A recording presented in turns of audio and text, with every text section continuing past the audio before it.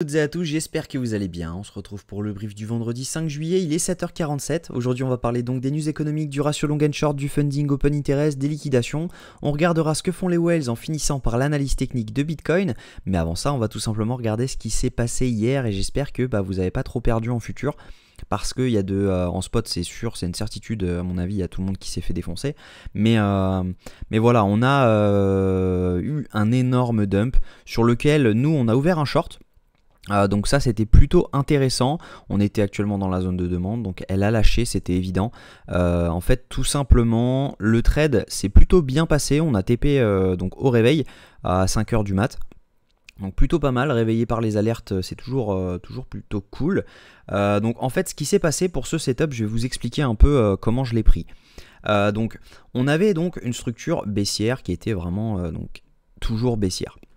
Et à un moment, ce qu'on fait, c'est que on rebond juste ici, zone OTE donc de ce mouvement-ci. Je vous mets d'ailleurs en haut à droite pour comprendre les zones OTE, etc., les retracements de Fibonacci, pourquoi s'en servir, comment s'en servir, etc. Je vous mets la vidéo, vous avez juste à cliquer dessus pour comprendre.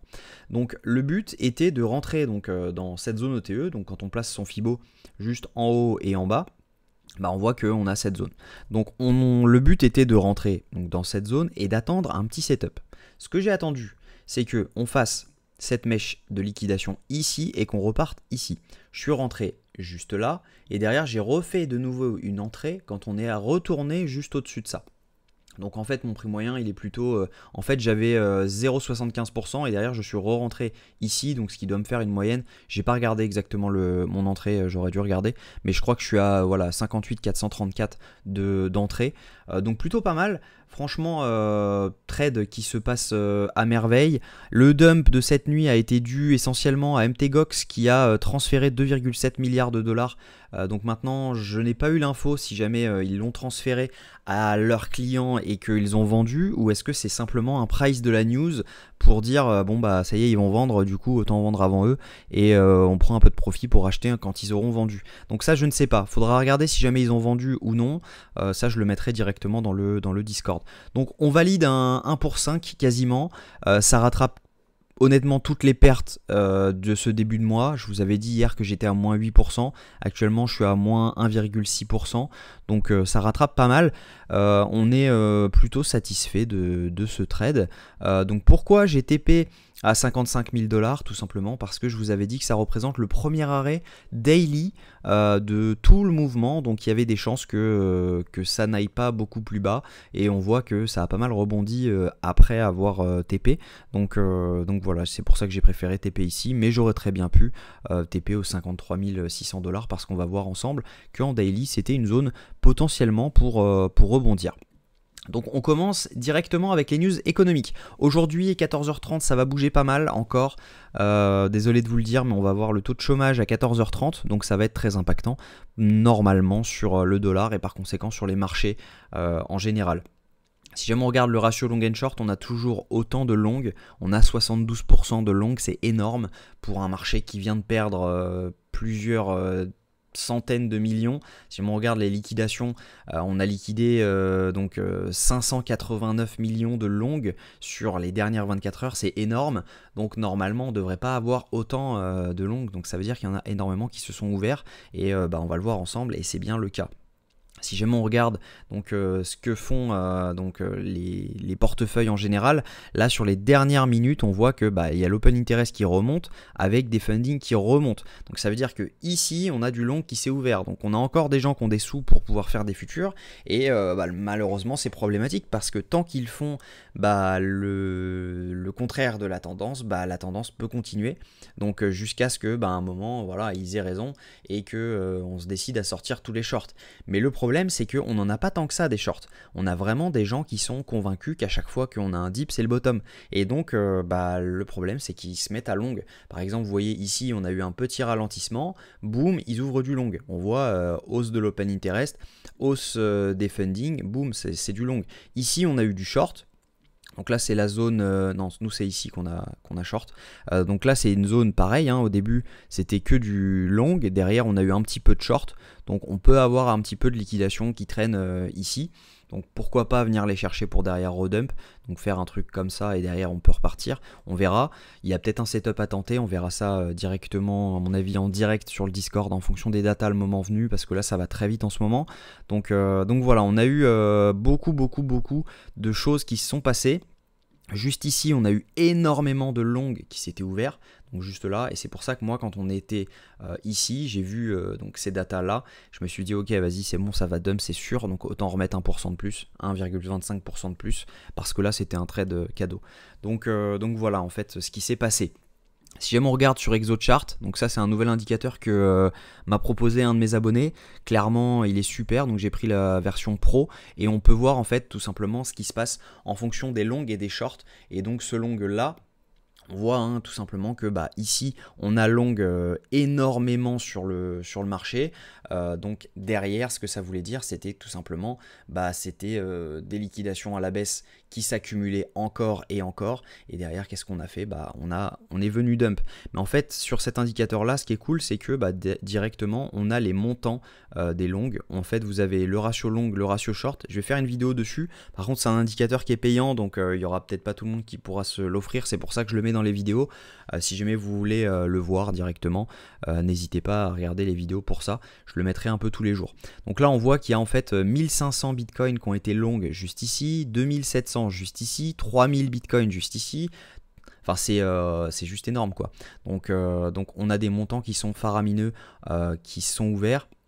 Derrière, on voit que là, on avait eu du short qui s'était ouvert également, mais qui s'est refermé quand on est monté. Donc, on était plus bas que finalement quand on était ici. Donc, il n'y avait aucun intérêt à venir liquider beaucoup plus haut.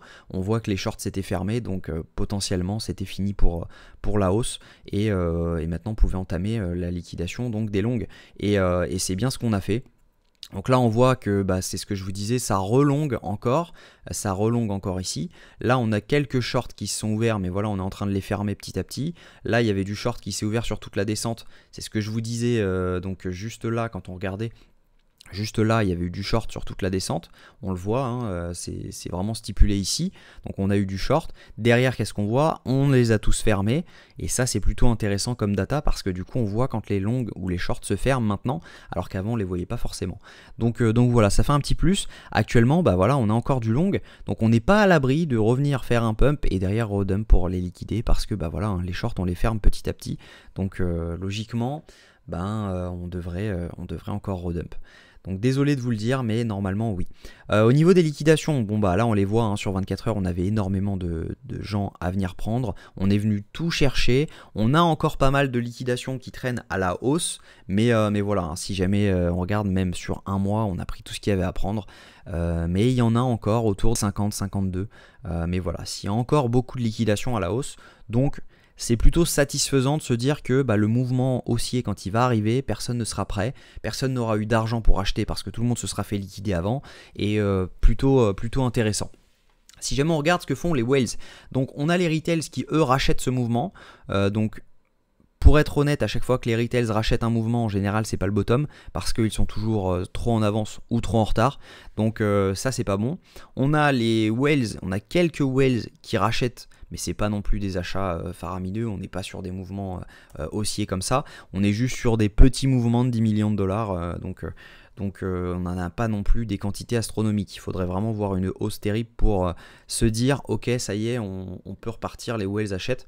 Là on voit que les micro whales, donc les mouvements entre 100 000 et 1 million de dollars, voilà c'est que de la vente.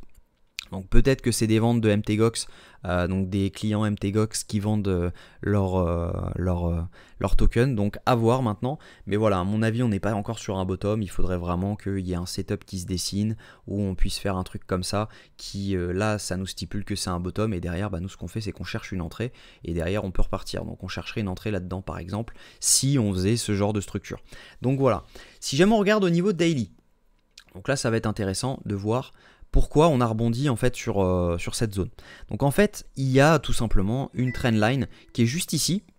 Et là, c'est plutôt intéressant parce que voilà, on voit que on revient donc chercher ça. C'était assez prévisible de venir, c'est pour ça que je vous disais, j'aurais pu mettre mon TP un peu plus bas. C'était prévisible de rebondir si jamais on arrivait sur cette zone, étant donné que c'est une zone de demande.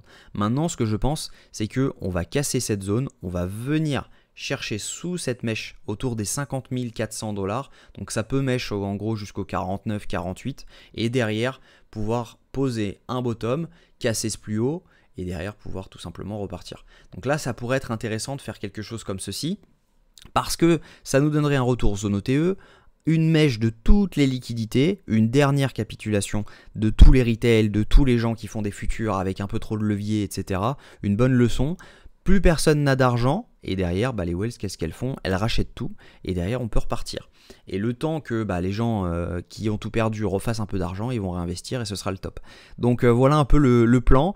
Dites-vous bien que les tops ne se forment pas de cette façon-là. En général, on n'a pas de trendline sur un top. Là, c'est vraiment, on fait des plus bas de plus en plus bas. Donc, on n'est pas sur un top. Un top, ça se forme plutôt comme on l'a vu au dernier bull run. Donc, si jamais je le mets, voilà, plutôt comme ça. Vous voyez, on fait un plus haut, on revient chercher par rapport à ce plus haut, on redump et derrière, on revient, on refait de nouveau un plus haut et là, on liquide tout le monde. Et en fait, c'est comme ça que ça se forme un top. Là, on se dit, ok, on a été rejeté. On a fait un plus haut par rapport à ça. Moi, je sais que j'avais vendu mes bitcoins juste ici parce qu'on avait validé un plus bas, on avait liquidé tout ce qu'il y avait au-dessus et derrière, on n'avait aucune raison de revenir chercher plus haut, quoi. La tendance haussière était invalide. Actuellement, on n'est pas sur un top. On est en tendance baissière, mais on n'est pas sur un top. Donc, il y a de grandes chances de revenir faire un tour aux 74 000 $, aux 80 000 $ dans les mois à venir. Ce que je pense, c'est que là, l'été va être tranquille et au moment des élections américaines, on pourrait avoir potentiellement un bottom. Peut-être qu'on l'aura déjà mis avant et derrière, ce sera accéléré par le pivot de la Fed, par le nouveau président américain, etc. Ça peut être largement probable.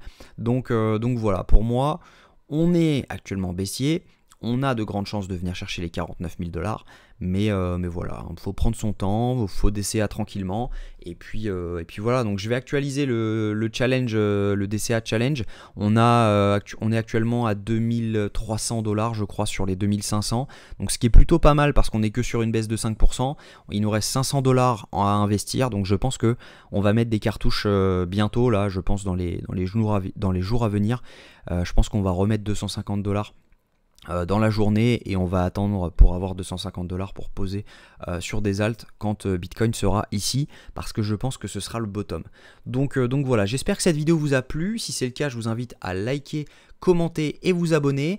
N'hésitez pas à rejoindre le Discord, ça vous permettra donc de suivre tous les trades que je call. D'ailleurs, ce trade était call directement sur le Discord, qui est 100% gratuit.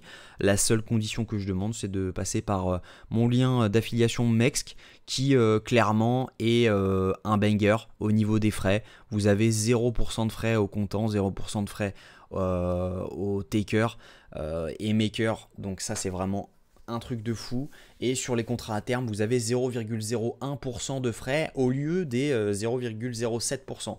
Donc dites-vous que sur les autres plateformes traditionnelles, tous les 100, 200 trades, vous allez payer votre capital en frais. Et là, on est plutôt sur du 1000 à 2000 trades de capital payé en frais. Donc clairement, les frais sont inexistants. Donc voilà, je vous invite à rejoindre cette plateforme si jamais vous souhaitez trader sans frais, parce que clairement, c'est un banger. En plus, si jamais vous tradez en 1000 limites, il n'y a aucun frais, c'est vraiment gratuit, quoi. Donc voilà, j'espère que cette vidéo vous a plu. Si c'est le cas, je vous invite à vous abonner, à liker cette vidéo et mettre un petit mot sympa pour passer une bonne journée. Je vous souhaite une très bonne journée, prenez soin de vous.